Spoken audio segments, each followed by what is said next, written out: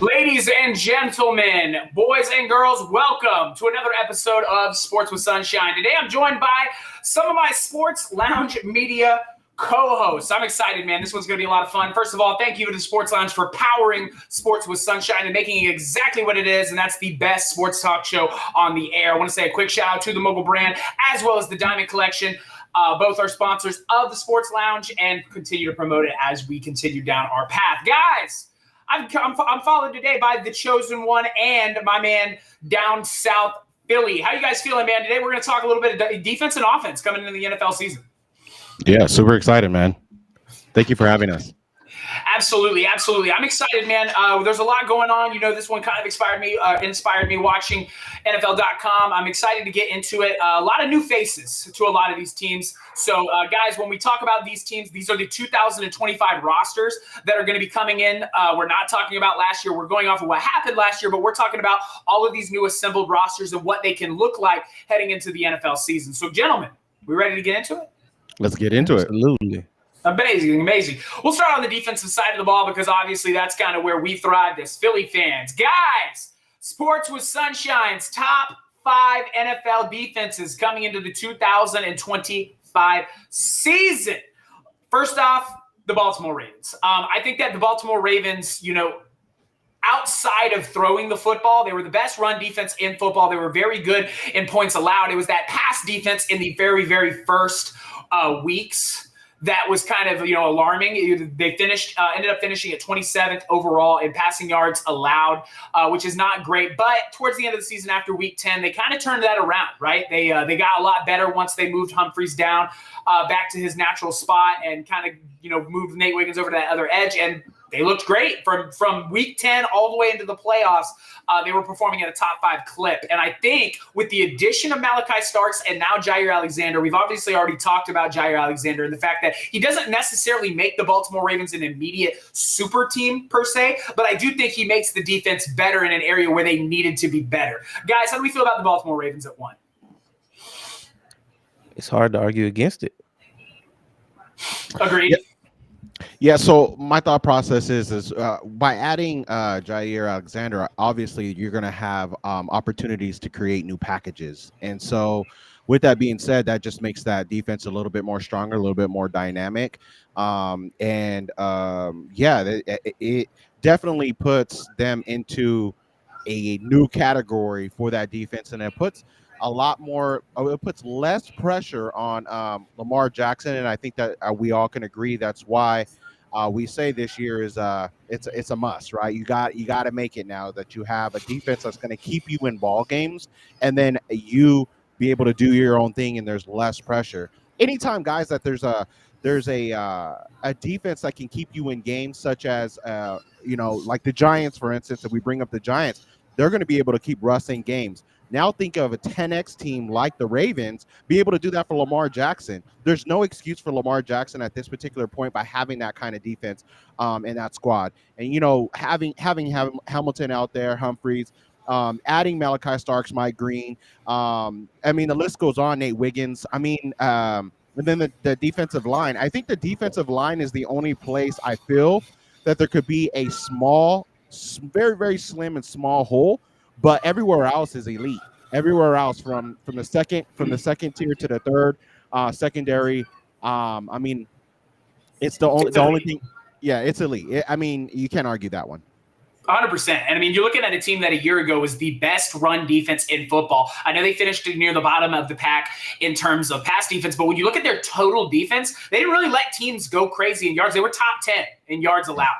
Okay, 100%. So you're only adding a guy, an all-pro, and Jair Alexander that's going to make that secondary better. There is absolutely no reason with the talent assembled on this roster that the Baltimore Ravens shouldn't be the number 1 defense. Guys, they're star-studded everywhere. They have a future all-pro defensive lineman. I can never remember the kid's name. It's super hard to pronounce. But you have one, right? Just like we have Jalen Carter, they have that kid. The linebacking core, you have arguably one of the best linebackers in Roquan Smith leading that linebacking core. And guys, with Jair Alexander, I think it makes him significantly better. And DP, I'll let you touch on the Ravens before we move on to the next team.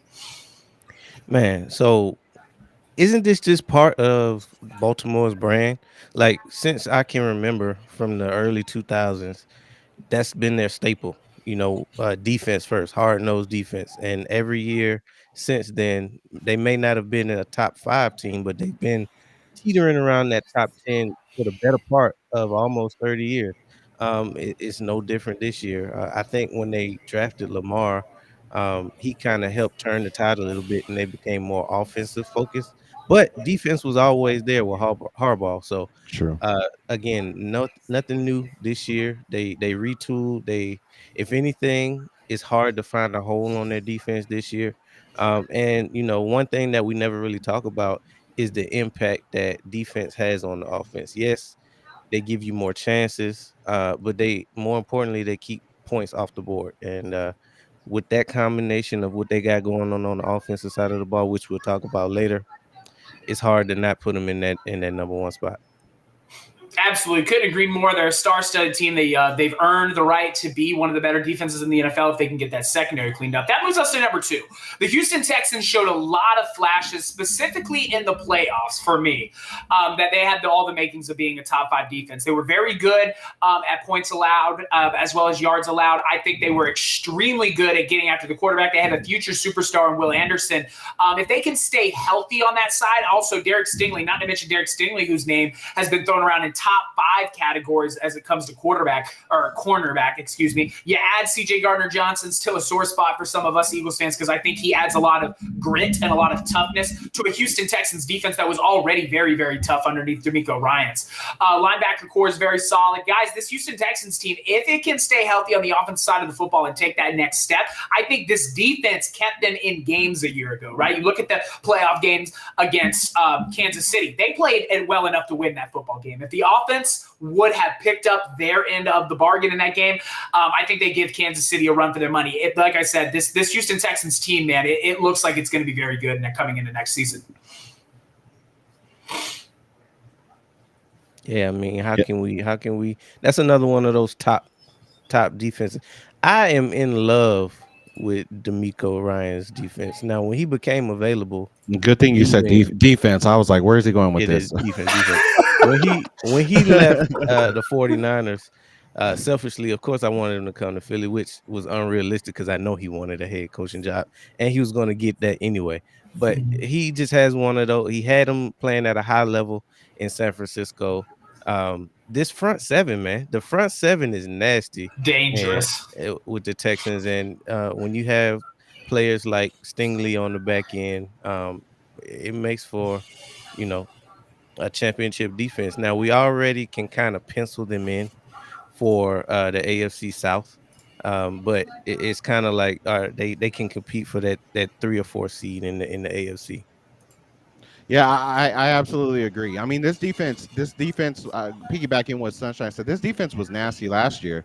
I mean, just add a CJ Gardner-Johnson at safety, and this just makes it even more crazy. Like it literally, I think, shifts the momentum of the whole entire culture of what their defense is going to look like, and it's going to be a smash mouth defense. He did that for us. He did that everywhere he went, and so bringing that mentality to that defense just makes that defense more scarier. It is now up to the offense to put points on the board. But I think this defense is it's a slept-on defense, and I think a lot of people are going to overlook them and forget that they got CJ Gardner-Johnson, but they will remember by week 2 or 3. Absolutely. I mean, you're talking about a team, right, that a year ago, you look at what Philly did in terms of turning the football over. That's how we won a lot of these games, guys. We forced turnovers. We made people cough the ball up. In the NFC Championship, it was particularly noticeable. Literally the first play of the wild card game against the Green Bay Packers, a fumble recovery that completely shifted that momentum. The Houston Texans a year ago were a top 5 defense in taking the football away, and they've only gotten better. CJ Gardner-Johnson only makes them better in that regard. In terms of total pass, total rush defense, those numbers can be skewed a little bit, but they were 6th and 8th respectively in those 2 categories, and I believe they're only going to get better. That's why I had them at 2. Brings me to my third point, the Denver Broncos. Guys, if you've been watching Sports with Sunshine on TikTok or on YouTube, you know how highly I think of this Denver Broncos team coming into 2025. A year ago, they led the NFL in sacks. They were extremely good, in terms of their ability to take away the football as well. I believe they were a top 10 team, top 10 team in taking the football away, which is something that you need. Now, could they have been better in pass defense, run defense? Absolutely. Those are some areas where they were lacking. But really, where I want to see, where I see an improvement from this Denver defense was points allowed. They were very, very good in not allowing other football teams to score the football. I think they got significantly better in the back end, just like Baltimore. You got John Barron matched up with Patrick Surtain. I think they teach each other a lot of things. That linebacker core is very underslept on. And the defensive front seven a year ago was the best at getting after the quarterback in the National Football League. Yeah, with Denver, man, I don't know, man. They had a extremely successful season last year. That being said, I just don't know if the focal point of their team is going to be defense this year. I'm not saying that they're going to be horrible, and I'm not going to say that they're going to be elite like on the levels of the two that we just talked about. But I think they're middle of the pack this year only because just time, film. They're going to be exposed a lot in there. This is going to be probably the biggest year for Denver because they're going to have to go up against, this AFC West. That's going to be it's going to be crazy. It's going to be retooled, yeah. Yeah. And so it's going to be this is a telltale. I think this is the best way of me putting it. This is going to be a telltale season of who the Denver Broncos really are. It's going to be this season. I think you're going to see what their defense is going to look like, and you're going to see what their offense is really going to look like for years to come. And I think this is that sticky one that I'm just like kind of like we'll see type deal because I mean you're playing against the Chargers, the Chiefs, and the Raiders. And then all the rest of the teams that we know that they're gonna have to play against, including us, right? So it's one of those things, man. This is a telltale season. Yeah, it's a big year for Denver. That we're gonna see what we get. But man, top 5, I don't know. I think that it's really just their ability to get after the quarterback a year ago was incredible. I think they got better along that front seven. The secondary scares me.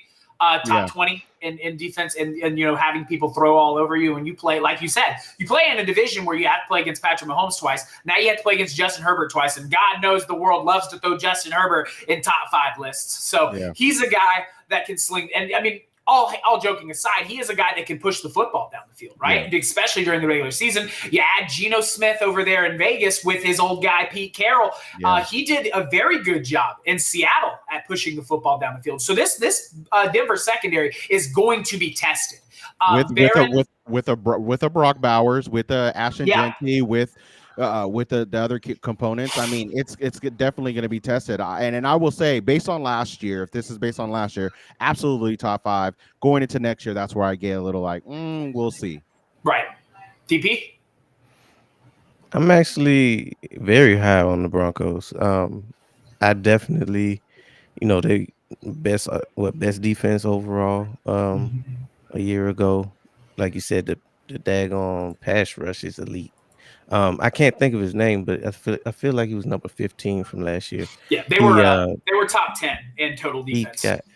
Top 10. So that pass rush is ferocious. Of course, I wanted Pat. Who didn't want Pat Surtain when there was rumors going around that he was available, right?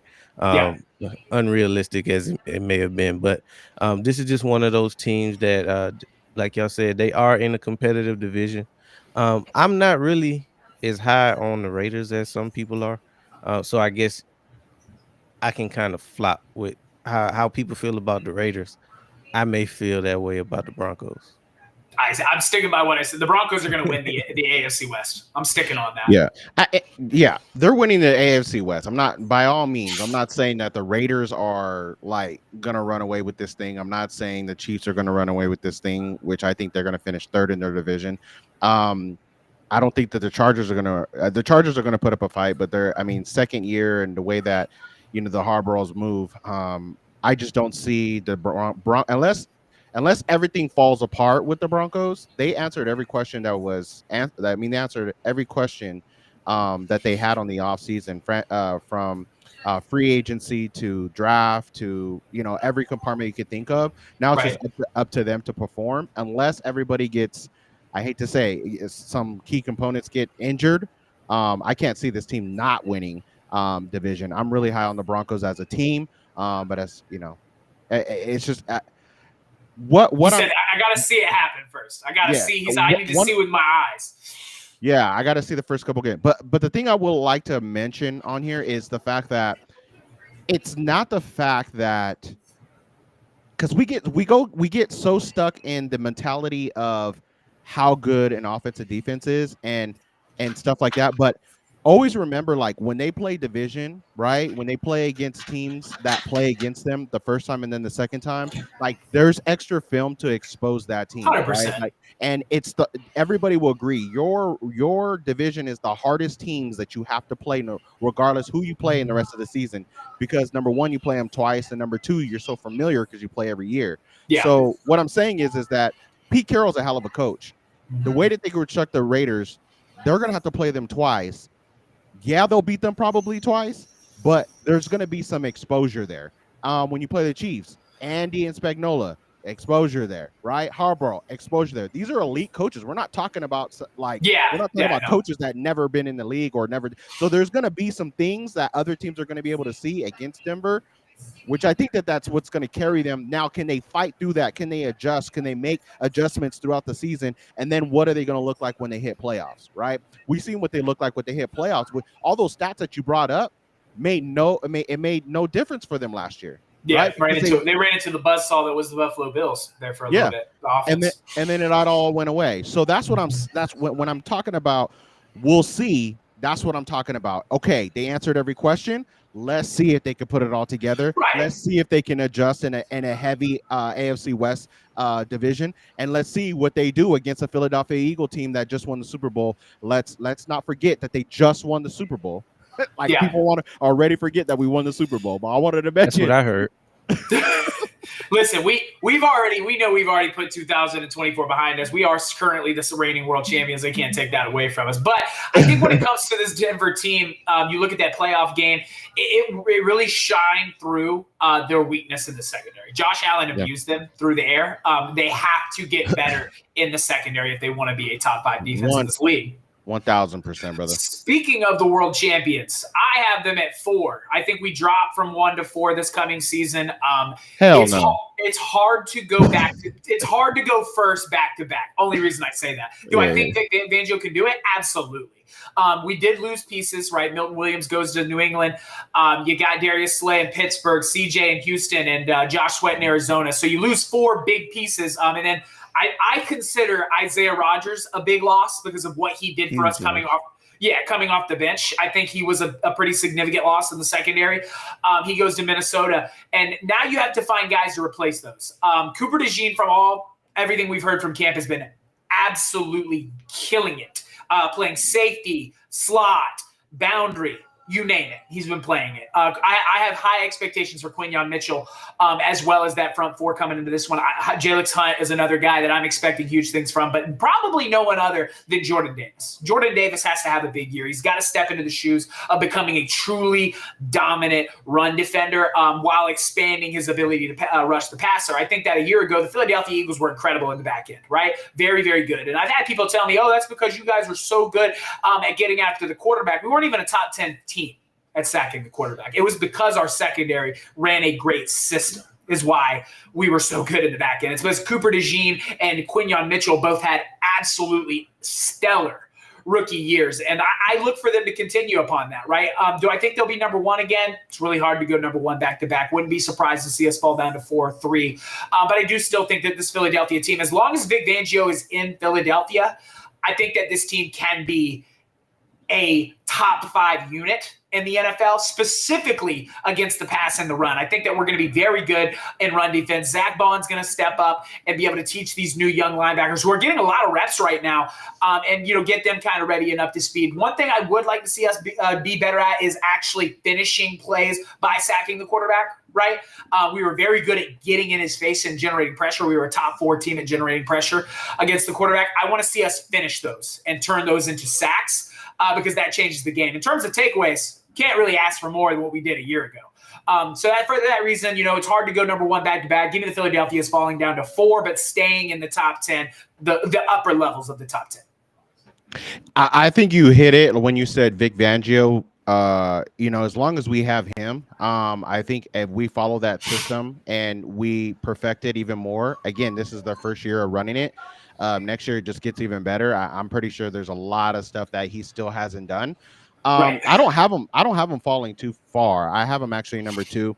But we still got the Vanilla Gorilla, right? We got Vanilla Gorilla coming in there with Ty Robinson. We got to see what we got with Jahad Campbell.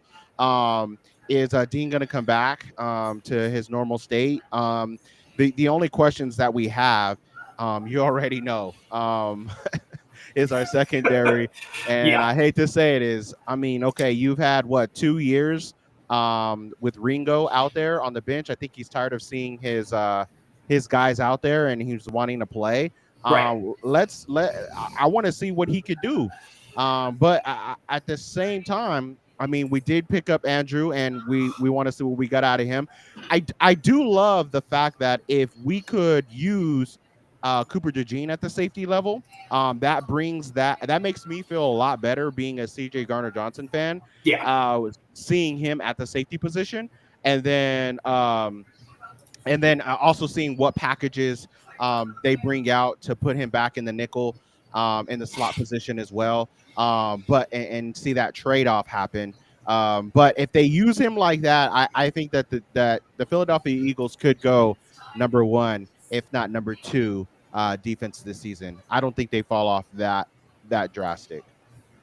I can agree with that. And we got to remember who adds the pressure in the front line. Right. Yeah. No, I see what you're saying. If Jalen Carter is adding the pressure, that means everybody else is free. If he gets doubled, right? Yeah. If he gets doubled, everybody else has their opportunity. As long as Jalen Carter stay healthy, as long as we sign Jordan Davis, that defense is going to be nasty, man. That front is going to be just as good as last year, if not. And we got younger, so yeah. We're also the least expensive defense in the NFL right now. Yeah, it's crazy, brother. It's crazy. But yeah. Excited for a lot of those things to come. Next up, you've got the Minnesota Vikings. Now, when you look at the Minnesota Vikings in terms of run defense, pass defense, and total yards, they weren't really that great, right? They allowed a lot of yards. They were 19th in total yards, 28th or 26th in total defense, and then 15th in runs. So not a lot of great numbers. The big thing for me when it comes to this Minnesota team, they didn't let other teams score the football, right? They were top 4 in the NFL and not allowing points per game, which to me, when we're talking defense, is arguably the most important part of playing a defensive countermeasure, right? Is that you can let teams do what they want to do in terms of running and passing. Are they scoring on you? That's what's important to me. And Minnesota did a great job a year ago, not allowing teams to score the football. They were also one of the heaviest blitzing teams. I think that, their coach over there, O'Brien, is very good, very creative at getting his guys in there. Another one of those teams that were really good at pressuring the quarterback a year ago. I thought that, Minnesota was the highest blitzing team in the NFL, but it worked, right? It was very creative. I think that he comes up with new things each year to make that defense competitive. Again, while the Minnesota Vikings on paper, when you look at their total yards allowed, you're kind of like, eesh, they let teams kind of go up and down the field. They don't let teams score. And to me, that's more important than, we may have let up 300 passing yards, but the team only scored 10 points because we were so good in the red zone and because we were so good at forcing field goals and forcing turnovers. I think their schedule helped them. What happened? Oh. I think that their schedule definitely helped them. with some of the teams that they played last year. I would like to see if they can duplicate what they did last year into this Yeah. season. I'm not high up. Their defense is going to have to be their backbone. Yeah, and so with that being said, I'll just make it short. Again, this is another team I just want to see perform at a higher level, because we can't base anything off of last year due to their schedule. And they really played nobody, and then when it mattered the most, again, it's another team that went into the playoffs and lost in the first round. So. Solid. And I agree with you. I'm not saying that this Minnesota team is going to be like a Super Bowl favorite. I do think that they will be better in stopping the run, stopping the pass. If they can do that, they'll buy J.J. McCarthy time to develop. DP? Yeah, I like Minnesota defensively. I think they were actually one of the hidden strong points of the team last year. 100%. Darnold proved to be what he was. He turned into a pumpkin, but this defense is legit. Me and Mike were preaching this before. I'm telling you, you had people saying there's no way they're going to beat the Rams are going to beat them. Minnesota's going to the NFC Championship, and we're like, look at me in my face right now. Did you watch him against the Lions?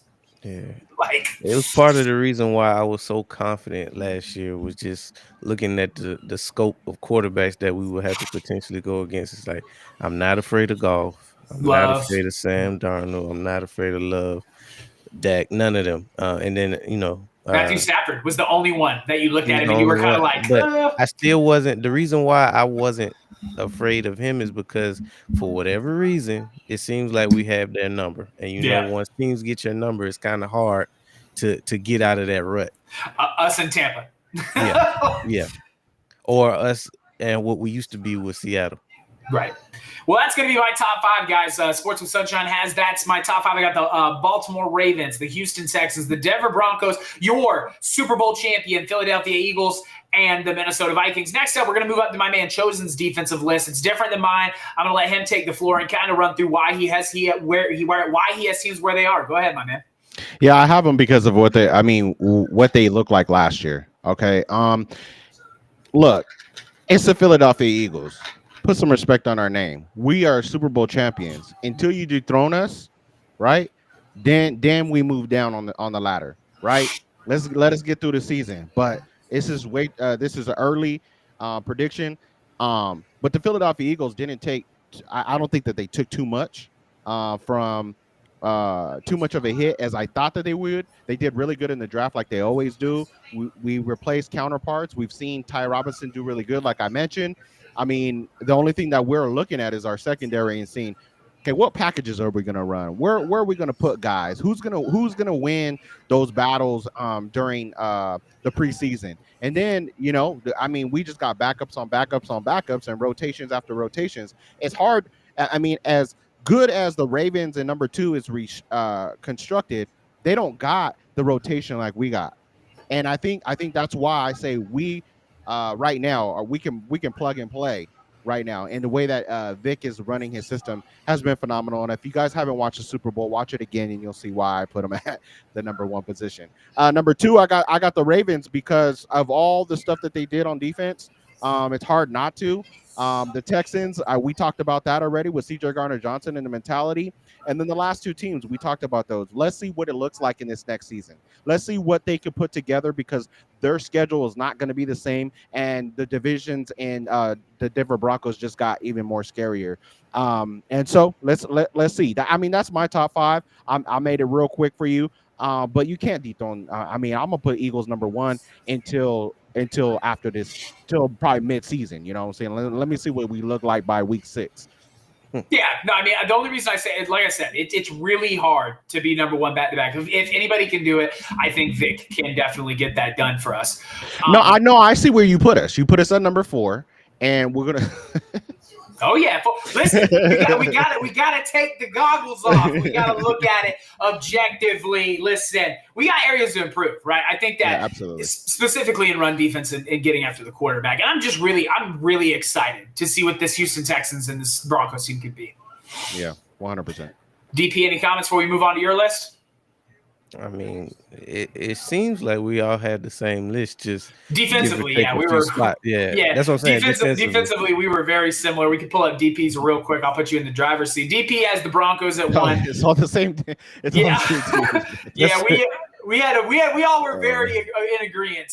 Another team though that I want to point out that could make a gigantic jump defensively, the Tennessee Titans. I understand they were a bad football team. I get that. I'm not saying the Tennessee Titans are going to take over the AFC South and all this stuff. But a year ago, the only statistical category in which they were not top 6 was run defense, I believe. No, pass defense. That's the only place where they really struggled. Outside of that, Tennessee had a pretty damn good defense coming into it. So we'll see what they can do as well. Now, guys, we're going to move on to the offensive side of the ball, and you guys are about to get mad at me. One second. I got an honorable mention, though. With Saleh back at the Niners, and with the Niners, I got the Niners with, if they stay healthy, right, I have them as an honorable mention, too. They got to be interesting.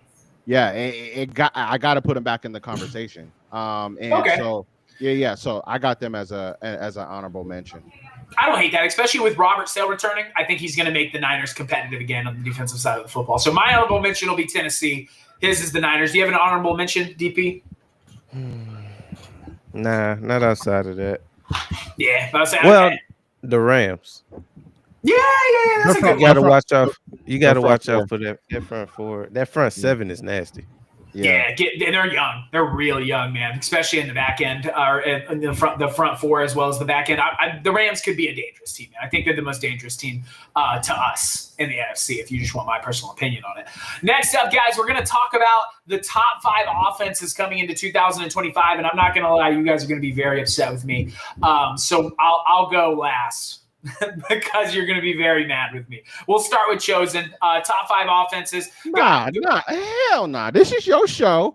You go to your thing, and we listen. If we mad, we mad. Mine's gonna go last because it's different than both of yours. Completely. It's completely different than both of yours. Okay. I guess. Okay, I'll go. Mm-hmm. So Ravens offense. Obviously, they got 2 really good tight ends with Andrew and Likely over there. They picked up Hopkins. They add dynamic with Bateman and with Zay. Hopefully Zay has a healthy season there. I mean, other than their offensive line being like top 10 or top 5, where's their holes? They got Derrick Henry and Lamar Jackson. It's kind of hard for me to say that if this offense cannot put damage on the board, I don't think they ever will. And I don't think they'll ever win a Super Bowl. If this is not their year, again, I'm gonna say it right here, right now. If they don't win the Super Bowl this year, they never gonna win the Super Bowl. There's no way. The way that this team is constructed, there's no way in hell, barring injury, that they can't win the Super Bowl. So this is their year. I got the Eagles at number 2. I mean, we got the best duo. Come on now. Mark would disagree with me. He said trio. Mark, listen, don't even get me started on the Devontae Smith slander that I see the night ago. It was crazy. It went viral. But it's cool.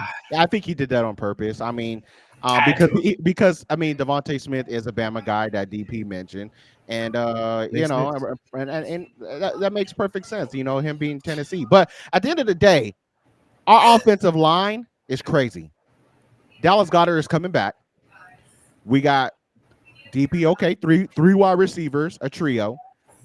We got the best running back in the league in Saquon Barkley. Let me mention 2 more people that we need to put some respect on. We got A.J. Dillon to back him up. And guess who's backing up A.J. Dillon? Will Shipley. If you don't know who Will Shipley is, go watch him. The Clemson grad.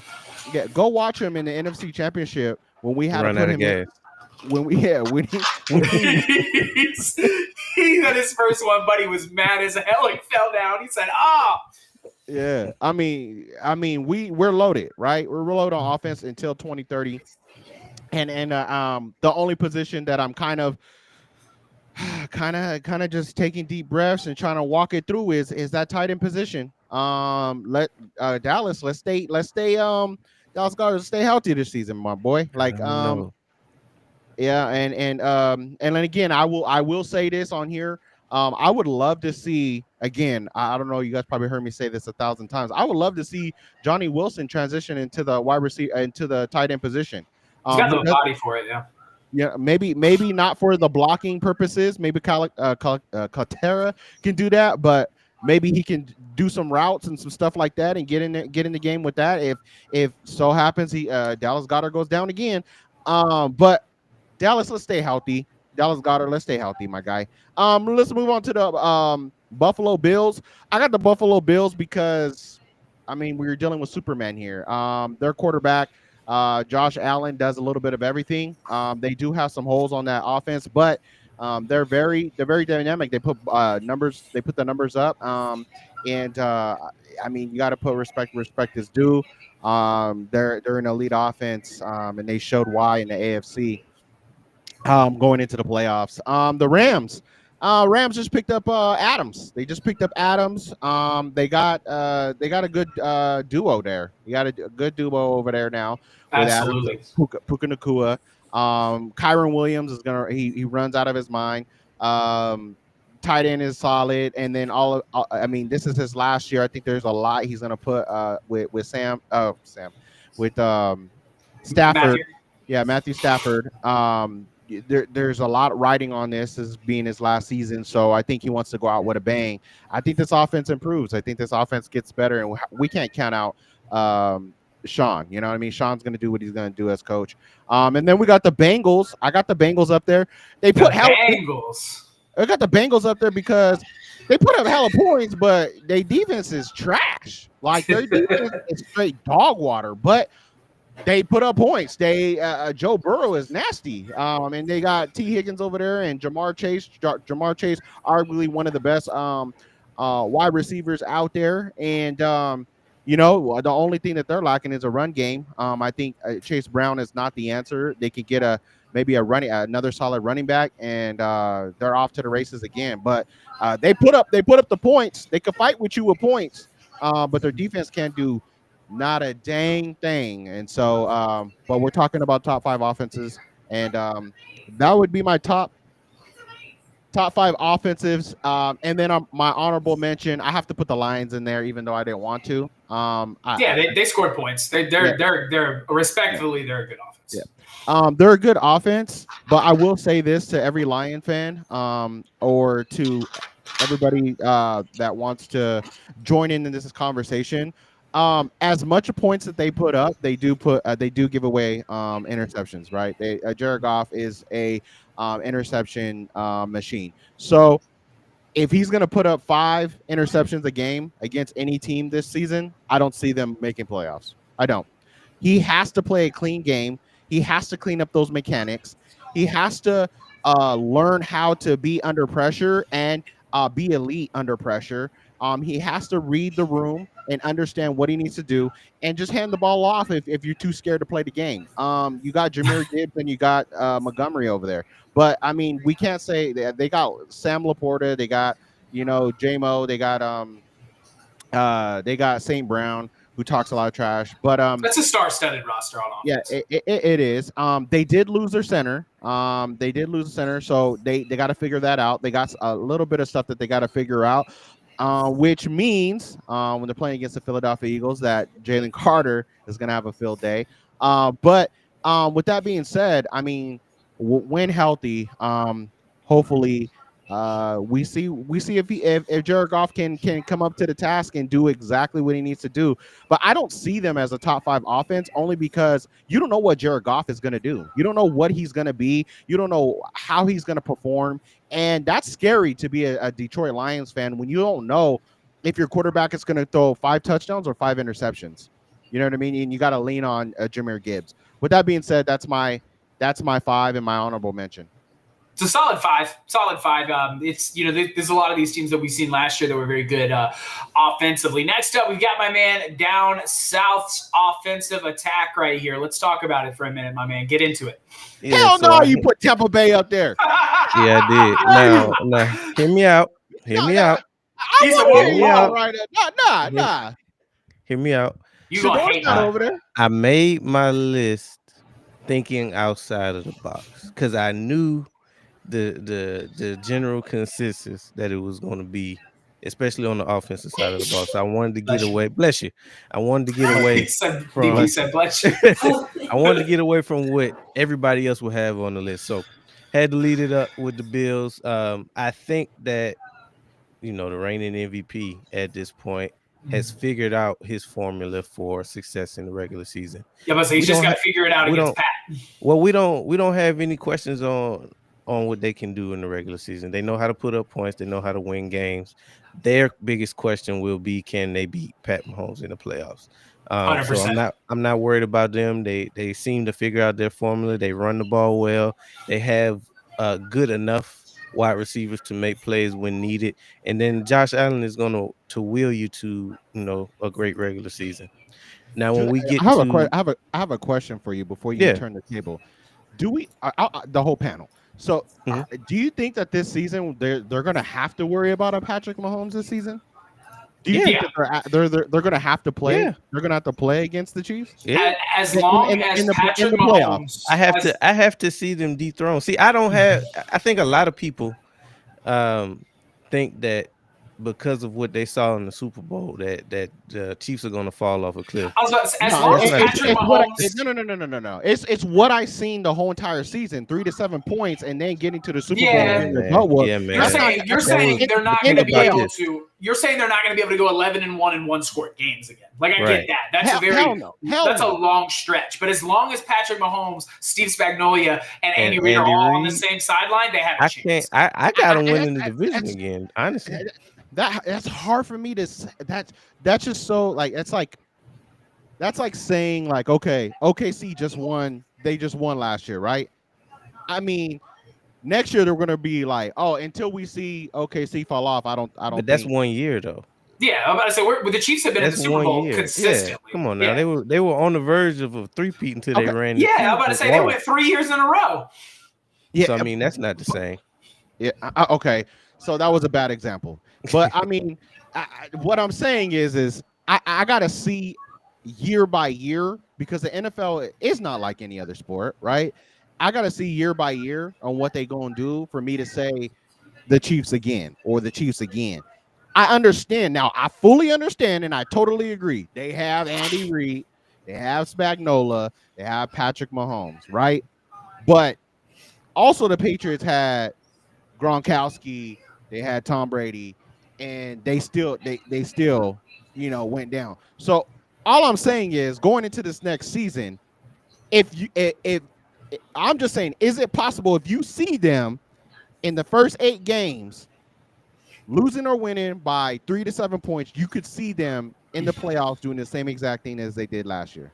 Yeah, I mean, I think that they showed signs of being on the down, but until it happened, because every year, like there were times, like all year last year, we were like, man, they're going to run into the right team in the playoffs and they're going to get bounced out, and it never happened. Now, for the past 3 seasons, we've been saying that they've been falling off a cliff, but like we're always like, oh man, this is the year. This is when Lamar is going to find the year. And the Ravens had the number 1 points allowed defense, and they had to go to Baltimore. And they still couldn't get it done because for whatever reason, unless your name's Jalen Hurts, you don't get it done against Patrick Mahomes. Like I don't understand why those guys can't get it done. They just can't.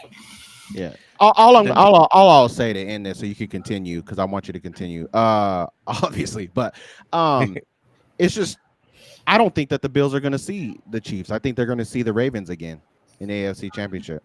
They should with that roster. It's possible. It's possible, yeah, but that's just one of those things. Now, I would be worried. If they're a wild card team and they have to play against, you or whatever, but they go into your house now. So, I mean, we'll see, man. I don't know. I'm not a big. I mean, I got to see every season. This is a season bunch, man. Yeah. I got them losing. I still have them losing their division, so I do think they're going to experience a fall off, but they'll still be a playoff team.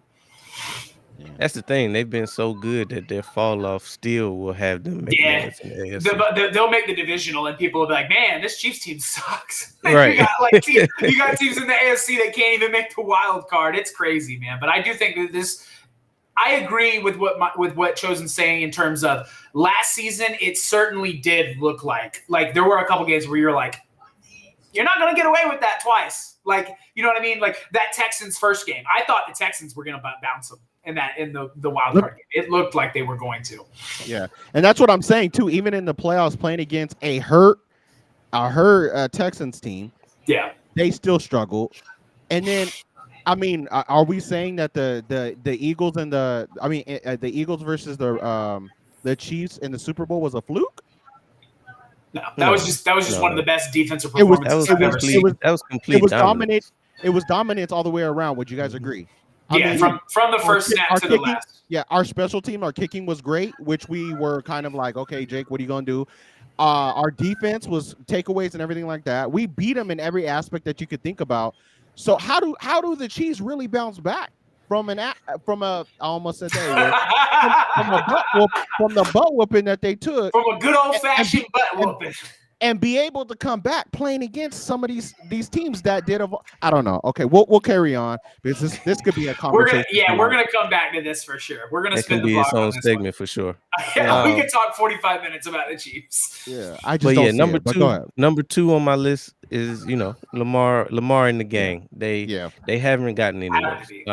As you said, they got a two-time MVP. If they decide to actually use Derrick Henry the way he's supposed to be used, then we're talking about them in the AFC Championship on their way to a Super Bowl. Can you elaborate on that? How should they use him? So, in my opinion, they should use him similar to how we use Saquon. 100%. They don't give him enough touches. So one thing that I don't like. So by touches. So we're talking touches, or we're talking about. I'm talking touches, but I'm also talking about on a third down basis. They use him on first and second. When they get down, when they get behind the chains, third and longs, he comes out. Now I don't know if every time they throw him the ball, he catches it. So I'm not saying that he can't catch it. Their second back is very capable in justice of catching the ball on third down. But I think you make yourself one-dimensional when every time that it's a passing situation, you take him out of the game. Right, because defense is key in on that. Yeah, they key in on that. I mean, it's on film at this point. So and then another thing is I think they rely too much, and not just the Ravens. I think this is league-wide. Teams rely too much on the arms of their quarterbacks. They want to dock Hurts for how we use him, but we actually use him properly. Throw when you need to, not because you can. And it kind of hurts the argument for Hurts being in any of these top discussions just because he doesn't have the attempts, he doesn't have the yards. But I disagree because I don't think that those top five lists need to be comprised of just did he throw for a lot of yards, did he throw a lot of touchdowns. They shouldn't, but they are though. Right, but you should look at how a quarterback is performing within the offense he's being asked to run. I think too many people don't look at it that way. Quarterback, the quarterback position is how well you run the offense, and you can argue that Hurts runs his offense better or just as good as anybody in the league. That's why I have him top two. But to get back to the Ravens, they don't have any drop off. You already listed all the reasons why they're great. They don't need a Smitty and an AJ to get to the next level. They just need to take the ball out of Lamar's hands and give it to Henry. Right. They do that. Like I said, they'll be in the AFC Championship, knocking on the door of a Super Bowl. Now, obviously, I got to talk about those bad men in Philly. The last game we saw them play was a massacre. Sweet chin music is what I like to call from it. The top rope. From the top rope. Need I say more? The only thing that we lost was Mekhi Becton, and you can argue that we are just as good as we are in Tyler Steen because, in my opinion, I think he beat him out in camp. He just got hurt, and then once you get hurt, you open the door for somebody to take your spot. And with him being this massive man that he is, He came in and was a great run blocker. Now he was a liability in the pass protection. Yeah, it wasn't great in pass coverage. So I feel like we've gotten better from that aspect. I don't think that there's much of a drop off in the run game either. Steen is very seasoned in Stoutland University, and if he can stay healthy, I don't think we miss a beat on the offensive side of the ball. We got AJ, we got Smitty, we got Goddard. Now it's an honorable mention. When we talk about Goddard, we know he's going to get hurt. So let's not even dispel that myth of hoping it's that going to he's not. happen at some I'm point. hearing some good things from Nick Muse. Nick Muse could be pushing for that number 2 tight end spot, potentially being the guy once Goddard hangs it up. Now it's very early. We aren't even in pads yet, so this is shorts that we're talking about. But I hear some good reports out of him, potentially being one of those guys in the conversation when it comes to 2 and 3 position tight end. Now we get to before we get there. Lions. We get there, is there any questions from any of you from maybe what Kevin brings to the? I mean, a lot of people, we're not talking about that a lot. But do we have any questions about how Kevin is going to run this offense? Is it going to be similar to last year? I mean, we understand that Jalen Hurts has been through this, and this is the norm for him. But I'm talking as the offense as a whole. Could this help us or hurt us? Like, there's a lot of questions for Philly fans. Like, what are your guys? I know he's from the inside again. To add context to that, but what does he really bring to the offensive coordinator position? Well, we don't even have to guess. We can just go back to how we looked in 23. Brand new offensive coordinator. I think we tend to always think about how the season ended, but this was a good offense, even though it didn't really ever look dominant. It was like, if we turn the knob just a little bit.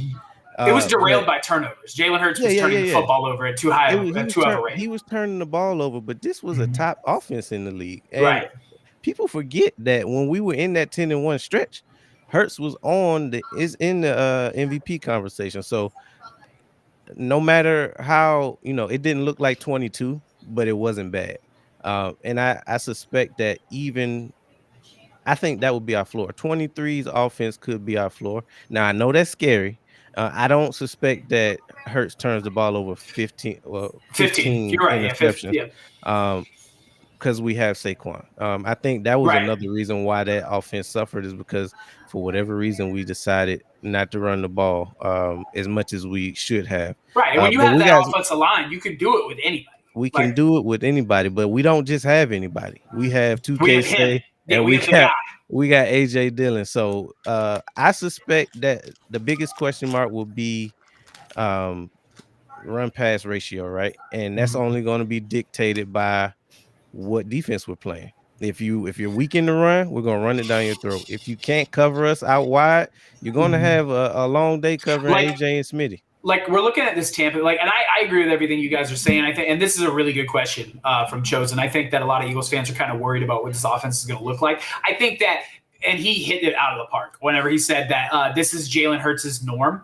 I think that Jalen Hurts is the system, right? You bring in a guy like Kevin Patul, he's going to add wrinkles, right? His own kind of caveats that are different from Kellen's. But overall, it's not going to look that different. I don't think so either. I think when you have a guy like Saquon Barkley, you lean on him during, the hard times. Do I think his touch total is going to go down? Absolutely. That's what you bring AJ Dillon in. That's what Will Shipley's been being trained for. Because 345 touches a year is not sustainable. Eventually, you're going to get hurt, right? So you take that touch total down, and you still have an explosive guy in Saquon. You got a top 5 receiver in A.J. Brown.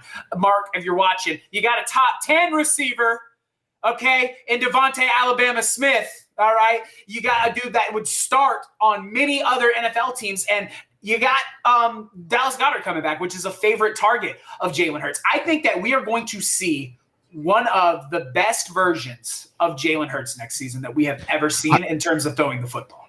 I totally 100% agree with that, man. The fact that that Jalen Hurts this season got on the phone a phone call with Tom Brady, Michael Jordan, and a lot of these guys have went back to back, LeBron James, and the list goes on, and really started fine tuning. What did he take? Only like 2 weeks off, and then he was back to work. Back to work. You're gonna see he was fine tuning in the offseason before the offseason even started. But he's fine tuning a lot of things. You're gonna see a different Jalen Hurts that you've never seen before. I totally agree with that, and I sign off on that as well. Go ahead. Yeah, DP, you can wrap your list up. Boss, go ahead and get back into Detroit. Yeah, man. So, we got Detroit. Now, keep in mind, this list has nothing to do with the playoffs. This is a regular season list. I'm with you. With that being said, I don't know if I should comment anymore after this. Chosen mentioned that we don't know what we're going to get out of golf, but we actually do. We know exactly what we're going to get out of golf in the regular season. A lot of yards, a lot of touchdowns, a lot of turnovers. Yards, a lot of touchdowns, a lot of turnovers. But he's going to deliver offensively until you get to the playoffs. Yeah. Will he give you those 4 interception games? Absolutely. But we're not asking him to do much. Just finish the season. With that being said, if they decide to run the ball with those 2 dynamic backs that they have, they have Amon St. Brown, they have J-Mo on the outside, they got Laporta as a tight end. Now, like you said, what remains to be seen is them losing that center. How's that going to affect them? Is their number 2 capable of at least not getting ran through? I don't know. We'll see. But if they can hold up, they did lose. I think that losing Ben Johnson is huge for them. But with that being said, they still they lost 22 coaches, didn't they? I don't know if they lost 22, but it was a big part of the offense. A lot of coordinators. The biggest 2 losses are the offensive and defensive coordinators, and we already know how that can go. But offensively, I don't think that they take that big of a step back, and they have a great equalizer in the run game if they do tend to suffer in the passing game specifically. So I think they'll be fine in the regular season. All right. So I shocked a lot of people. I shocked a lot of people. I'm gonna shut my mic. Putting Tampa Bay on this list now. Before we lose our stuff. Now, let me start by saying this. I agree with you. Hey, I'm not even a big fan of Maker. Is that because you live in Maker? Is that because you live in Florida? It's because of the numbers. I went and looked at the numbers. Tampa was don't let them numbers lie to you. Offensively, don't very good. Them numbers lie to you, brother. They were the most inconsistent team in the whole entire NFL. But they also scored a lot of points. Again, we can't judge them for what they do in the playoffs. I'm gonna judge them. We don't care. We don't care what I don't care what they do in the playoffs. I know I can't wait to see them in week 4. Right. But with that being said, they got Baker Mayfield returning for another year. You already know what you're getting out of him, right? He can put up numbers, especially in the regular season. I think he's shown now that he's comfortable in this Tampa offense. He's done it back-to-back years now. It's his offense. I will say that I do like the fact that he got really mature. Like he matured and he adapted and said like Sunshine said, like, this is my offense now. It got handed from me from Tom Brady to me. Like, this is my offense now. I love the maturity that he has, but I don't know about no Tampa Bay. But the biggest question mark for them would be health, especially on the wide receiver. They got an aging Evans who's a walking 1,000-yard season every year. Godwin is coming off an injury. I forget I like their number 3 last year that they had. I can't remember his name, but then they drafted this other kid out of Ohio State. So they have weapons. They're going to put up some points. Bucky Irvin is no slouch. I'm not going to say he's on. I don't think he's on that top tier running backs, but he can be on that too. Good enough. He's just as good as a Brown in Cincinnati, in my opinion. I think he's better. And they got a great offensive line. We already know what an all-pro, yeah. We already know what a good offensive line can do for a team. So they have all the pieces to be a successful team or successful unit, I would say, in 24, 25. That's fair. All right. Now we're going to talk about mine because my list looks crazy. And man, Philly fans would be upset with me after seeing this. All right. So here's my top 5. You got the Buffalo Bills at 1 for obvious reasons. Josh Allen is a superhuman. I think Buffalo falls very similarly into the same category as the Minnesota Vikings. When you look at their total pass numbers and their total rush numbers, you're not really wowed. But when it came down to it, they scored a lot of points. Guys, second in the NFL at 30 points a game. That's insane. Okay, and even if you're not putting up crazy passing numbers and rushing numbers, at the end of the day, only thing that matters is are you getting into the red zone. They were also one of the best red zone offenses in football a year ago, and I think that I just seen something. Philly is not up on here. That's why he said we would be upset. Listen, I think that the Philly. I look down at the list. I'm looking at him like, did this dude just? I almost said something I should not say on here. Listen, I'm gonna explain why I don't have Philly in my top 5. It's not because I don't think that they have the capability. They are my honorable mention, but I'm gonna get to it after Tampa. I'm gonna get to it because all that stuff I said about Jalen Hurts now it looks like I'm bad mouthing him. But absolutely, with the Buffalo Bills, man, I think that Josh Allen's a superhuman. They need James Cook to come back and play in that offense because he makes Josh Allen significantly better. Josh Allen has done the most with the least. Everybody loves to talk about Lamar and his ability to do it without a number 1 receiver. Who has his number 1 receiver been outside of an old age Stephon Diggs? He had Gabe Davis for 2 years, right? Great. Gabe Davis put up similar numbers to Rashad Bateman. So we're not going to sit here and act like Josh Allen had this super great receiving core while Lamar was doing it without one. We're not going to do that. I think that's his formula, though. I think that after figuring out that he can be an elite quarterback in this league, in order for him to progress to that next level, he needs to be one of the best players on the offensive side of the ball. 100%. Like that offense calls for him to do that, right? The Bills, they need him to do that because they don't have an elite running back in Derrick Henry or Saquon Barkley. They don't have an A.J. Brown, CeeDee Lamb that can just take over games or Jamar Chase. So the Bills, I still think, are going to be one of the best offenses in football, specifically at scoring the ball. I think that this Bills team is going to be even better on the ground as the offensive line has gotten better over the years.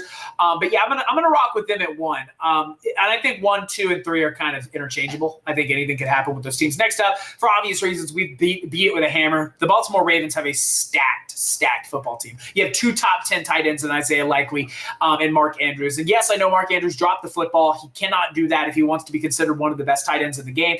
But he's still a top 5 tight end, even after that drop. Because a lot of people want to say, Patrick Mahomes is still a top 5 quarterback even after getting dominated in the Super Bowl. Mark Andrews is still a top 5 tight end even after dropping a football. Okay? Guys drop footballs. You have Derrick Henry, who is arguably the best running back in football. Obviously, we know it's Saquon Barkley, but a lot of people will argue that Derrick Henry is the most consistent and best running back in football. It's a 1A, 1B type situation. The Baltimore Ravens have a top 5 offensive line. Baltimore fans, you're not going to sit here and tell me the Baltimore Ravens don't have a top 5 graded offensive line. They're good on the offensive line. Very good year in and year out. You got Lamar Jackson, who can literally do it all until the playoffs come around.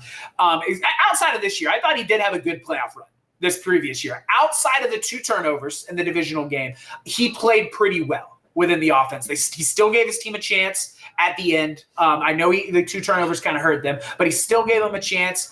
He didn't play horridly out of those 2 and compared to other playoff years. You remember when they played the Titans in back-to-back years? He was horrible in those games. Horrible.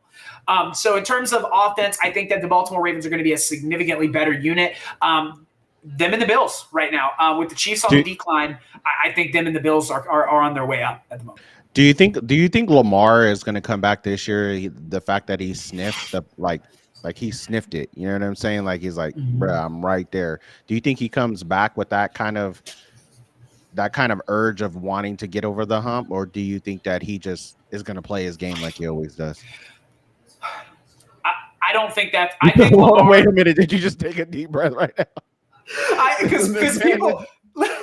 Viewers swear to God I hate Lamar. I don't hate Lamar. I think that he's a very talented quarterback, but I do think he buys in to what people say about him, unlike Jalen Hurts. Because Jalen Hurts has dealt with scrutiny and all that stuff, and what has he done?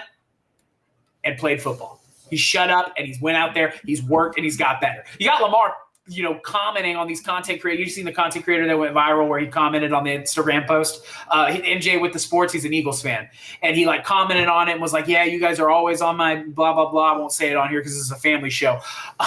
But at the end of the day, Lamar has got to stop trying to be Superman. You have Derrick Henry. DP said it earlier. Use your weapons. Jalen's doing it right now and won him a Super Bowl. Use your weapons and play your game. So do you think that that's his fault or Harbaugh? I think it's a combination. I think it's a combination of the two. Yeah. I don't think it's all on Lamar. Like, in no way am I saying that this is all Lamar's fault, because Lamar has bad playoff games, but so do his teammates. His teammates don't really show up either. His defense has – go ahead. Because if we talk about that, which you just talked about, I want to rewind. You just talked about that catch that should have been caught by Andrew. Yeah. Mark Andrews. Why they didn't do a play call for it? I mean, it almost makes you think about the Marshawn Lynch thing with Pete Carroll, right? Like, why didn't you give it to Derrick Henry? So that's what I'm saying. Can we fault? I mean, yeah, he had 2 turnovers. I mean, Lamar had 2 turnovers. But if you would have gave it to, we're saying with the what ifs, but what if we gave it to Derrick Henry? Will we see them in that AFC Championship? You get what I'm saying? It's like, yeah. How much is it like Lamar, and how much is it the play calling? I think in any system, it's always 50-50, right? Like there's times when the play calling fails you. There's time when your quarterback makes the wrong move. I think this playoff game specifically, it was a combination of the two. Lamar had the fumble that led directly to a touchdown. That interception was a vast overthrow. It didn't lead to points, but it cost his team points. And then you get on the goal line, and that was the right play call. Okay, Mark Andrews was wide open. He was wide open. He just dropped it. And if you want to be a top 5 tight end in the league, you just can't drop it. I'm not going to put same play. He dropped it, and when they're playing against the Steelers, the same exact play on the goal line. Right. Yeah. So I'm not going to. But that's a Mark Andrews problem. I don't think that's a Harbaugh problem. I think that's a Mark Andrews problem because he's wide open. You are so like Dallas Goedert catches that football. Right, like Travis Kelce, Sam Laporta, all those guys, they're catching that football. George Kittle, they're going to catch that football call today. Yeah. Brock Bauer, great example. Brock Bauer's a rookie. He's catching that football. So I think that's on Mark Andrews solely, and I think he knows that. Comes back to work, he'll be fine. But for those reasons, I had the Ravens at 2, and I don't think anybody should have them any lower than that because they score points and they're great. Wait. I want to, because pretty soon here, I want to switch this real quick because pretty soon you're going to put why you have. Dang, I meant to put myself at the bottom anyway. Anyway, we'll move on now. We've got the Detroit Lions coming into 3. Put you in the big screen so you can look me in the eyes. I'm looking at you right in this camera. Listen, the Detroit Lions. Yes, he's right. Chosen's right when he says you know what you're going to get out of Jared Goff. Okay, Jared Goff is going to throw for a lot of yards. Okay, DP also touched on this. He's going to get a lot of touchdowns. It's going to be a lot of great. It's also some games where he's going to throw 5 interceptions. My quarterback's not going to do that. But Jared will. Okay, he will throw the football. He's a gunslinger. But outside of that, Detroit still scores the football, guys. 33 points a game. They led the NFL a year ago. They were great through the air, great on the ground. Gibbs is a superstar. Montgomery's incredible. This offense is still going to be rolling. But you do have to take into account that Ben Johnson's in Chicago now. That is a fair take. And when you lose your center, that's different. Like, a lot of people love left tackle. They think, the left tackle, like, he's the great, blah, blah. When you lose your center, your whole offensive line disrupts. The whole continuity of the offensive line gets messed up. The center is literally the quarterback of the offensive line. He's the guy that makes most of the checks, gets guys in the right protections. Now you have a new guy stepping into that role. That's going to affect, to me, that's bigger than Ben Johnson. Because Ben Johnson was an elite coordinator, but there's a lot of elite coordinators, right? There were moments in the playoffs where we were looking at Ben Johnson like, what the hell are you doing? Like the JMO fake thing. Like, thank you. Yeah, he gets too cute sometimes. I think them losing Frank Ragnow is a much bigger hit because that offensive line is going to suffer without their guy at center. Now, can the other guy step in? I don't know who the backup is, but can he step in and, make a change? Absolutely. Not saying he can't, but he's going to have to do that. I still think, though. They said that about us. When Jason Kelce hung it up. So they could have an insider. They could have a beef jerky waiting in the rings. Do you know, to me, what the difference is? Jeff Stoutland. Oh, yeah. There's no It's only one. Yeah, It's not only one everybody's got a STU. Jeff Stoutland in his pocket. So I think that even with all those losses, the Detroit Lions still have the talent with Amon St. Brown, Sam Laporta, Jahmyr Gibbs, Montgomery, Jamo. I think they still have the talent to be a great offense. Time will tell what they look like in terms of continuity. But I still have them at 3 because I think they're just that talented, in my opinion. Welcome into the chat, guys. Appreciate you guys for coming in. I see you guys.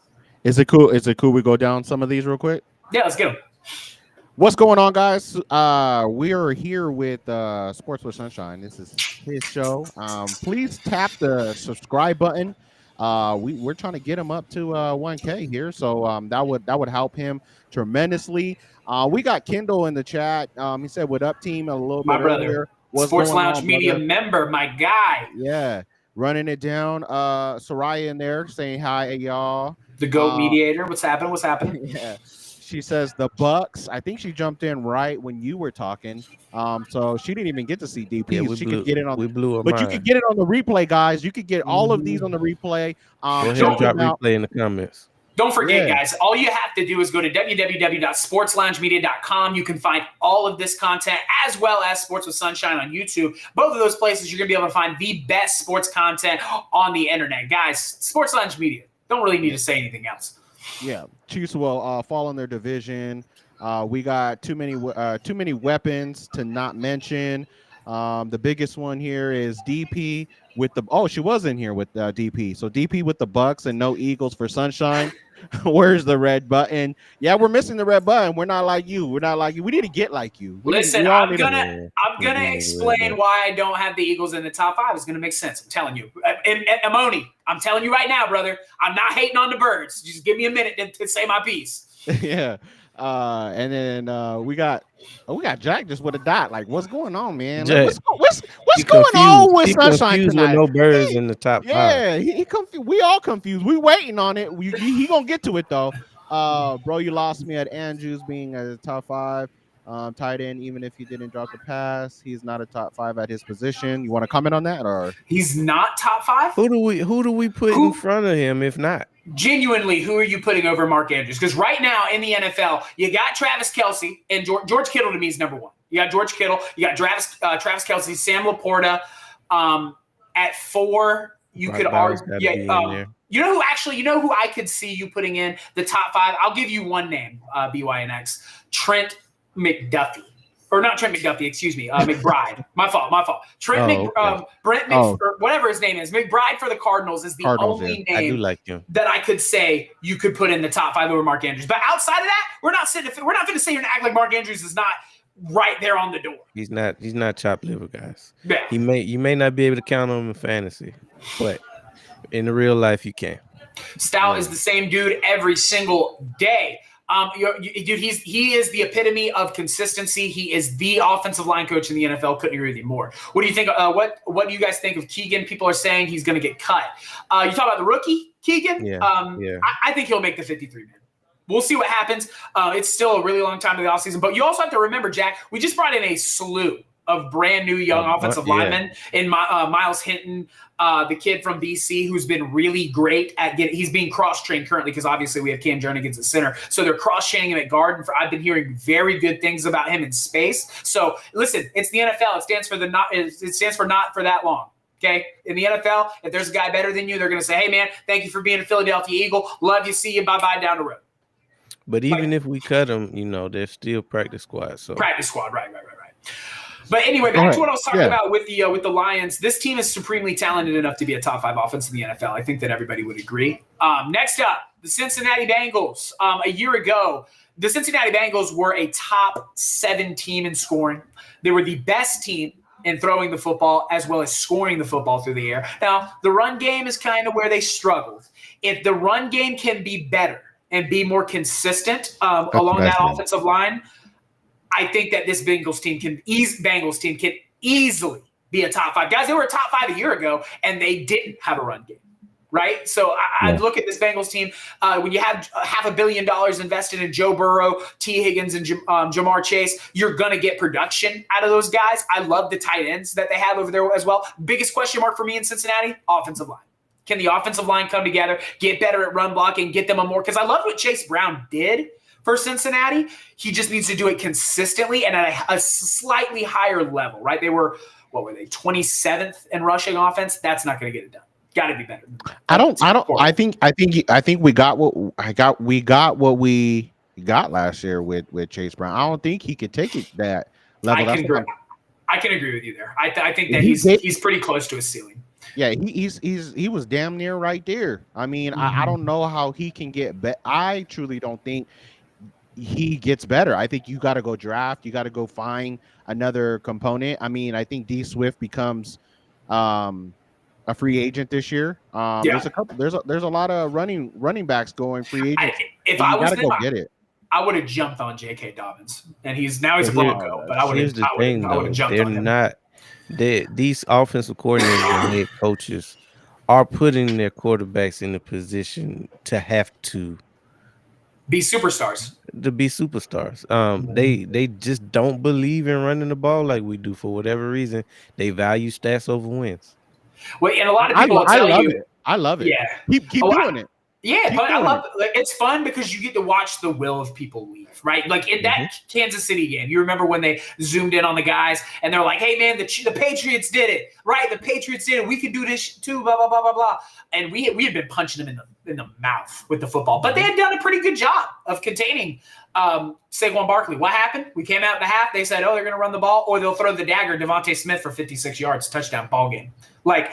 And you watch the will to win leave their eyes. You had Chris Jones on the sideline on his hands and knees, boo-hoo crying. Like, that's a top 5 defensive tackle in the game. And he's, like, doing everything he can. You know what I mean? Like Jalen Hurts took this soul, by the way.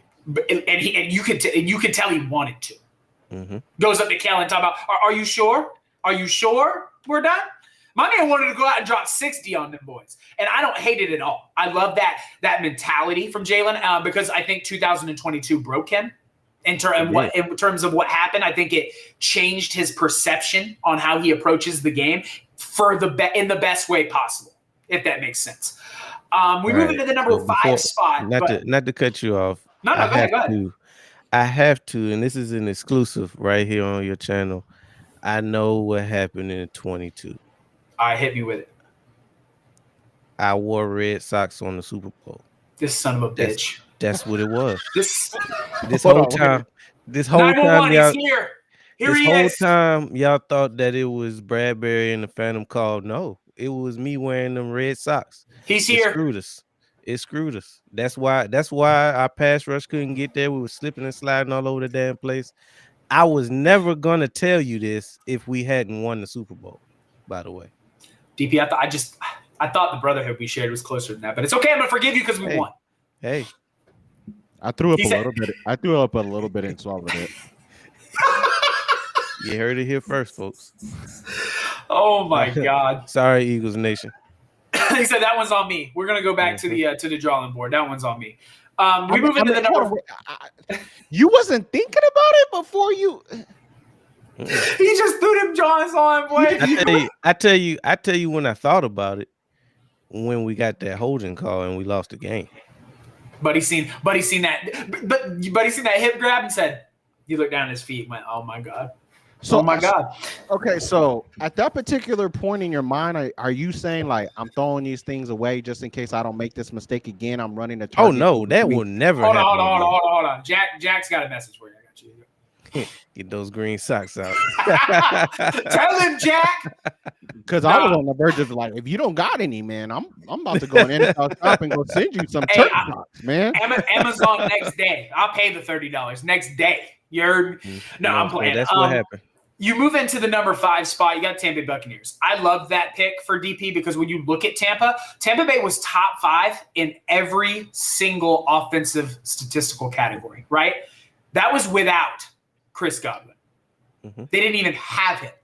And they were top 5 in every single category. And let me tell you this right now, guys. They weren't 5 in any of them. The Tampa Bay Buccaneers were a high-powered offense a year ago. Okay, I think that Baker Mayfield, like we've been talking about, he's a gunslinger. Okay, he reminds me a little bit. He's like the more polished version of Jared Goff. He's going to throw a lot of touchdowns. He's going to throw some interceptions, but he's a little more polished than Jared Goff. And I think that he's found a home in Tampa Bay. That offensive line is absolutely incredible. Tristan Wirfs is an all-pro guy that needs to be up for Protector of the Year. I think he's incredible. Bucky Irving, when the running game came along for Tampa last year, because at first they weren't very good at running the football. As the running game came along, Tampa looked dangerous, man. And if they'd had Chris Godwin, they'd have beat the Commanders in that wild card game. I promise you, they would have beat the Commanders in that game. To be fair, Baker did cost them that game. He did. But let's also remember this. That Baker that's Baker's second time in the light. I gave Sam Darnold this pass, and y'all know how I feel about Sam Darnold. That was Sam Darnold's first time in the lights, so I'm going to give him a little bit of grace. Not really, though, because the game before that was in the regular season for the division, and he also played like doo-doo in that one. But Baker Mayfield hasn't played horribly in playoff games. Now, he did cost him that one with the fumble, but I think that this Tampa Bay Buccaneers, with the addition of Mbukwa. Baker also wasn't on pumpkin watch. Right. And I think that healthy Chris Godwin, productive Mike Evans, an up-and-coming Bucky Irving, and if Baker Mayfield can prove he can do what he's been doing for 3 years in a row, there's no reason to believe that this Tampa Bay Buccaneers team won't be terrifying to play against on the offensive side of the football. Defense, it's another story, but offensively, they're very good. Let's play the what if game again. What if they beat the Commanders and they move on? They play the Lions. They beat the Lions in the regular season when they were healthy. I think they'd have got the Lions. And then they play us. They wouldn't have beat us. Not in that buzzsaw we had created by the NFC Championship. I don't think they'd have got past us in Philly. No. Closer game. Then the Commanders, absolutely. I think so. Or maybe not. I don't know. Baker does turn the ball over. And we were like hitting our stride at turning the football over at that point. We started turning it over at an alarming clip. So I don't think that it's hard to envision us ever putting up 55 points on anybody. So let's put that out there. That's fair. That was like an anomaly. Yeah. Plus, I think the fans. Hold on, wait a minute. I mean, we almost did it twice in the biggest stages that you could do it in. Yeah, it wasn't.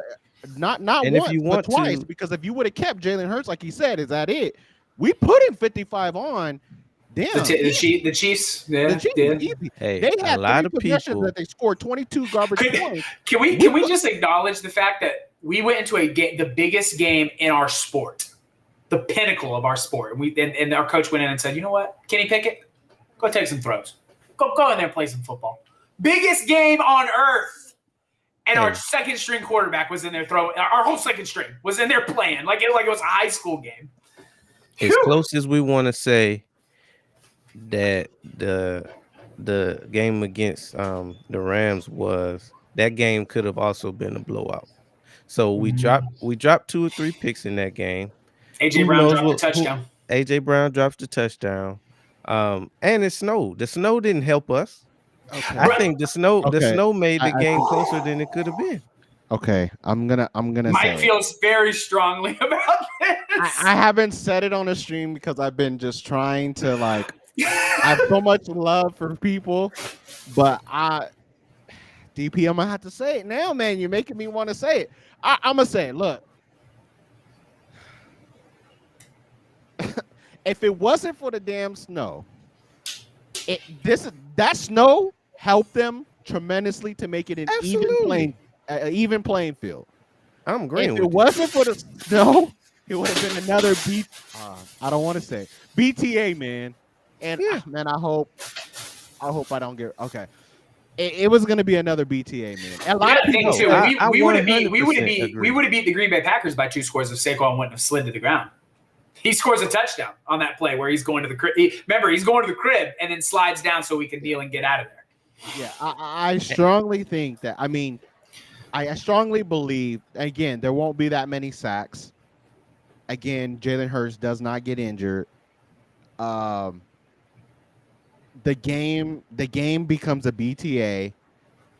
And, yeah, I mean, the snow literally helped to make that game close, and it's still with the AJ Brown drop, with a lot of things not going, it made the game interesting, and I love it because we won, but I also hate it because it kind of makes Yeah, it creates because people love the hypothetical game, so Yeah. it creates what ifs. Yeah, and Rams with the An asterisk by it. Yeah. Yeah, and I mean that brings me to my honorable mention, and that's the Philadelphia Eagles. I know earlier I talked about, I thought that I had to go to Sarai church. hit the button, Sarai. Listen, that, man. That ain't no honorable mention after all this. You gonna say my honorable mention though? Hell no. Listen, let's take our birds goggles off for a second. Okay, this is why I don't have them as a top 5 offense. They don't need to be. They don't need to be. For us to go back and repeat and be great in the playoffs, I don't think they need to be. Why? Because we have Saquon Barkley. Our offense is not set up for us to put up these crazy numbers. And even the numbers we put up, we were still top 5 in the league in scoring. Saying all that and popping your lips is not going to prove the point. We about to debate in a couple of minutes. So, about to debate top 5 in the league in scoring, okay? We were 29th in passing. That's horrible. But it's because we didn't need to throw the football. It's not what they were asking Jalen Hurts to do. And I think Jalen Hurts will always play within the confines of what he's being asked to do, because there have been times when you look at the Super Bowl, right? They do a really good job of limiting Saquon. Okay, Jalen, can you go out there and win us the football game? He does. Goes out there, puts on a show, throws for 200 plus. And, people will tell you nowadays, well, 200 yards ain't a lot. He needs to throw for 400 yards. Jalen Hurts is never going to be a quarterback that throws 400 yards. Hate to tell you. I'm going to tell you that right now. He doesn't need to. We will never need to do that in Philadelphia because of the way our offense is constructed. But you look at the Steelers game, DP. What do you have in that game? 290? 280? Yeah. 3 tutties, no turnovers? Jalen Hurts can throw the football. That's not what the Eagles are ever going to ask him to do. They're never going to ask him to do what Josh does or what Lamar does. Why? Because our team is not constructed that way. Our team is constructed in a way where Jalen Hurts can split that responsibility with A.J. Brown. With That's scared. Hold on.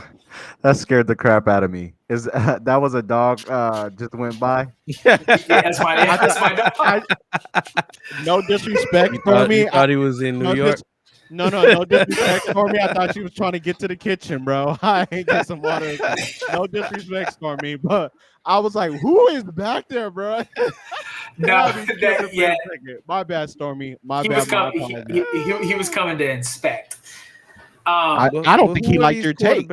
Who are these quarterbacks that are throwing? You show me a quarterback that's consistently throwing for 300 and 400 yards. I show you a team that's losing. Because you're not throwing that much if you're winning. You look at the Bengals. The Bengals literally had Joe. They look at Joe Burrow and they're like, "Hey man, you have to do this so that we win games." And what happened in January? Joe Burrow was just like this right here on the couch. So this is where I debate here. Now, obviously, we're picking 2025 top 5 offenses into the season, right? Right. We're not saying that they have to be top 5 to win, right? Right. But Jalen Hurts, we can't sit here and all say Jalen Hurts can be 20s again this season because of the drop of what's going to happen with Saquon, 100%. sharing the load and everything like that. He's going to have to be above top 15 to have the same production that we have, to be able to get to where we need to. And I think he already knows that, and the reason why he's doing what he's doing in this offseason. I can agree with that. Now, defense, well, we're talking offensively. So offensively, I think we still need to make strides in doing better in the pass game to get us to where we need to be in the promised land to go back-to-back again. If we accomplish that, which I think we will, no, I don't think we will. I know that we will because of the work that is being put in. You'll see us in the Super Bowl again. Yeah, and I think that I think you hit the nail on the head. I think Jalen Hurts has to be better throwing the football if we're going to be successful next season, because everybody is going to take the Chiefs formula. They're going to say, hey, we're going to load the box, specifically that Buccaneers team. They, for whatever reason, play us very well. They are going to load the box against us and force us to throw the football. They did it this year, and we couldn't do it. Now, we were missing Devontae Smith and A.J. Brown, but you got to play with who you got, and we weren't able to do it that day. I mean, it was also hell hot. I was there. But I think that Chosen's 100% right. You're going to have to be better at throwing the football, but I still don't think that the Eagles have to be anywhere near top 5 as an offense to get it done. And I think that as long as we are operating within what we're asked to do. Now, if our offense is calling for us to be better in the air and on the ground, then so be it. We'll be a top 5. Because I'm not saying we don't have the ability to be a top 5. I'm saying I don't think we need to be. Yeah, I could get behind that in some sense. I think I just, for me, the pass game is going to have to improve 1,000%. Because of everybody's going to be taking that same script out, and you know, and you know what, the Steelers kind of did when you said 290. I mean, it's just that when you're putting that much. Okay, let's rewind this so I can get to my point. When you look at the first 4 games of the season, right, when he had to throw the football a lot more, he got into a lot of trouble, right?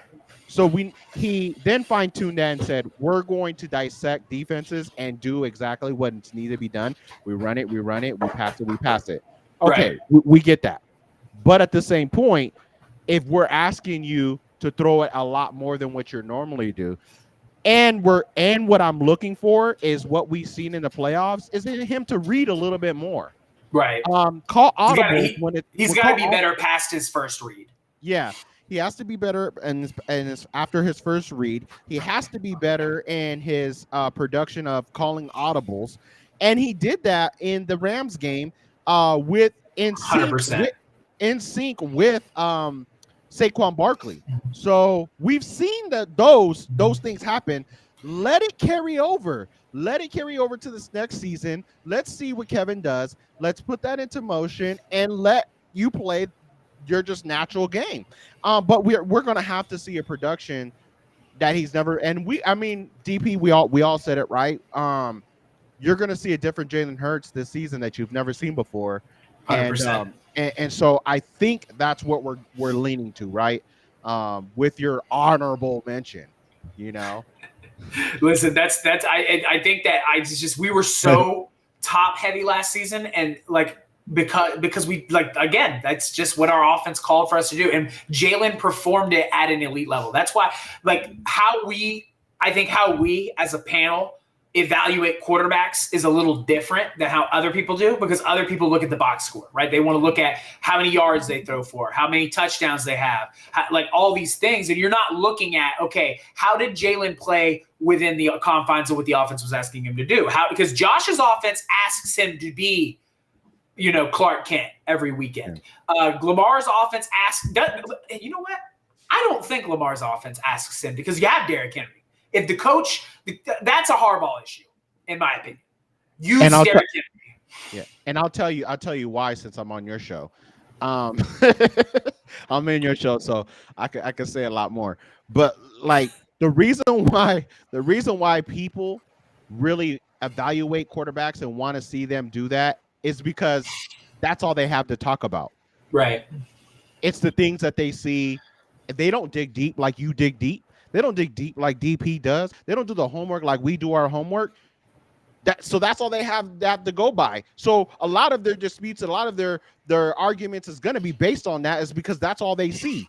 But they don't really dig deep and understand, okay, how are they performing? What is it taking them to? How if they're going to win an MVP, or is it going to take them lead them to a Super Bowl? They're not digging in that. They're not digging that deep. It's so surface level when you go to other platforms that's their argument, right?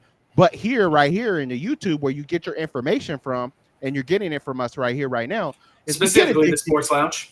Yeah, you're gonna dig deeper, right? And you're gonna get a lot of the stuff from Sunshine. You're gonna get a lot of stuff from DP, and I mean me. You're just gonna get me, but you're gonna get the stuff that is more tangible and more substance to bring your points to be 100%.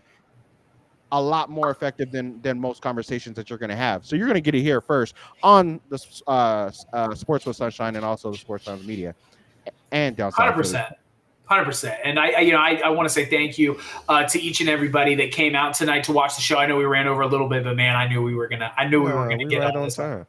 So this one was This one was a lot of fun, guys. Obviously, Sports with Sunshine is my show. You got my man DP who runs down south Philly, and then you got my man Chosen that appears on all shows, including the Sports Lounge Media, where they cover the NFL, the NBA, the MLB, and the NHL, as well as college sports. Guys, the Sports Lounge Media is the best media outlet on the spaces. All you have to do is go to www.sportsloungemedia.com. You can find shows like Sports with Sunshine, Down South Philly, the Marshall Experience if you have any kind of fantasy football questions. You got my man Ken's Pat's Talk over there talking about the Patriots and God knows what else. He's got that Dallas Cowboys guy on there all the time that scares the hell out of me.